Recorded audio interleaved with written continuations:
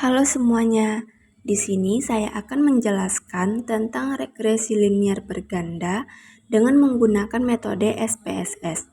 Dan ini adalah salah satu contoh data dari regresi linier berganda. Sebelum melakukan pengujian, terlebih dahulu siapkan variabel pada menu variabel view, sesuaikan dengan data yang akan diteliti. Setelah itu, masukkan seluruh data penelitian ke dalam data view hingga semua data terinput dengan lengkap dan benar. Setelah data terinput, langkah yang pertama yaitu klik menu Analyze, pilih Regression Linear, sehingga tampilannya seperti ini. Lalu masukkan variabel penjualan ke dalam kolom dependen dan masukkan variabel sales dan harga ke dalam kolom independen. Selanjutnya langkah yang kedua yaitu klik tombol statistik di sebelah kanan sehingga muncul kotak dialog seperti pada gambar. Sesuaikan dengan pilihannya lalu klik continue untuk kembali ke tampilan kotak dialog sebelumnya. Langkah yang ketiga, klik tombol plot sehingga muncul kotak dialog seperti gambar. Centang kolom histogram lalu klik continue untuk kembali ke kotak dialog sebelumnya. Langkah yang keempat yaitu klik tombol option. Sesuaikan dengan pilihannya lalu klik continue untuk kembali ke tampilan kotak dialog sebelumnya. Dan yang terakhir yaitu klik OK. Maka inilah hasil analisis outputnya.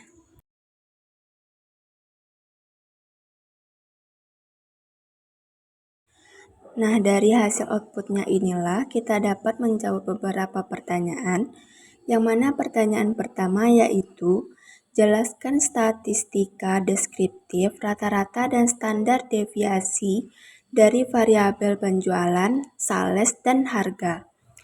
Dari hasil SPSS pada kolom deskriptif statistik diperoleh rata-rata penjualan adalah 134,00 juta rupiah dengan standar deviasi 44,769 juta rupiah dan rata-rata sales adalah 11,00 juta rupiah dengan standar deviasi 4,209 juta rupiah. Rata-rata harga adalah 128,67 juta rupiah dengan standar deviasi 16,198 juta rupiah. Pertanyaan yang kedua yaitu, jelaskan analisis korelasi apakah ada hubungan antara yang pertama penjualan dan sales, yang kedua penjualan dan harga, dan yang ketiga sales dan harga. Dari hasil SPSS pada kolom correlation diperoleh penjualan dan sales adalah 0,986 yaitu korelasi positif, yaitu semakin tinggi nilai sales maka nilai penjualan akan semakin naik atau tinggi juga dan hubungan keduanya sangat kuat. Yang kedua, penjualan dan harga adalah 0,436 yaitu korelasi positif dengan tingkat kekuatan sedang antara harga dan penjualan. Artinya, perubahan harga memiliki hubungan terhadap penjualan, namun pengaruhnya tidak sekuat variabel sales. Yang ketiga, sales dan harga adalah 0,545, yaitu korelasi positif dengan tingkat kekuatan sedang. Artinya, ketika harga meningkat, nilai sales juga cenderung meningkat, meskipun hubungan tersebut tidak terlalu kuat. Pertanyaan yang ketiga yaitu, tulislah model regresinya Y sama dengan A ditambah B1X1 ditambah B2X2 diperoleh dari SPSS.